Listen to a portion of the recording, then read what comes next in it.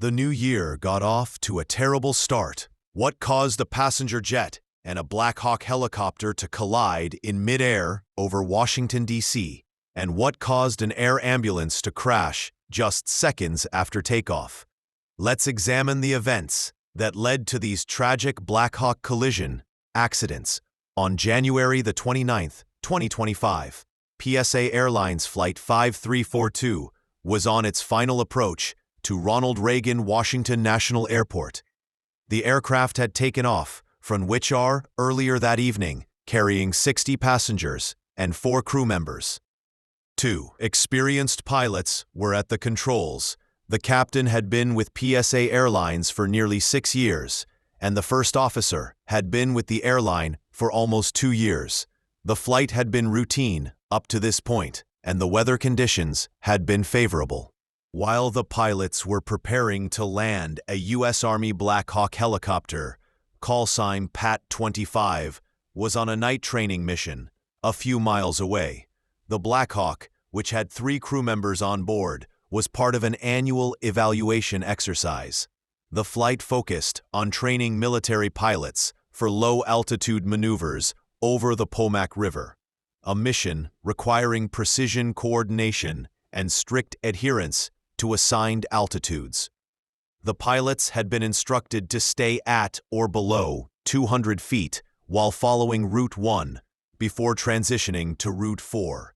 This well-known helicopter corridor near Reagan National Airport intersects multiple approach and departure routes, requiring precise coordination with air traffic control. The management of this complex airspace was the responsibility of the air traffic controllers at Reagan National, who were tasked with coordinating both planes and helicopters. However, Reagan National had been dealing with a controller shortage for years. On this particular night, only one controller was responsible for managing both plane and helicopter traffic. Typically, these roles were handled separately during peak hours, but they had been consolidated earlier than usual that night. The New York Times reports on this control tower staffing not normal at time of the Washington crash. That's a serious claim in aviation safety. Take this story for example. It's been covered by more than 300 sources, but depending on where you look, the headlines and explanations vary widely. Today, a left-leaning outlet reports that air traffic control staffing is in the spotlight in the wake of the crash. Meanwhile, Reason, a right-leaning outlet, argues that understaffing was unlikely a factor in the crash. With Ground News, you get insight into how credible these sources are and who funds them. All factors that can influence the reporting. You can compare all sides of the story to see the full picture or sort by any of these factors to find the type of information you prefer in an instant. Best of all, you're not relying on manipulative algorithms deciding which news you see. The controller on duty that evening cleared Flight 5342 to land on runway 1.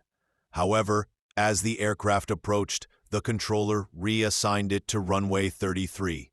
This required the pilots to execute a sidestep maneuver to align with the shorter runway. In doing so, they would descend over the Potomac River and cross the path of the Black Hawk Power. 5342 onway 5342, A32317 got 25. You take runway 33. Yeah, we can do A334 6342 342 at runway 33, runway 33, runway 33, runway 33. Meanwhile, the Black Hawk continued its training flight following the Potomac River. As it approached the airport, the air traffic controller asked the crew if they had the CRJ in sight. The crew confirmed visual contact and requested visual separation, meaning they would ensure safe spacing. The controller, music, approved secure separ, APR.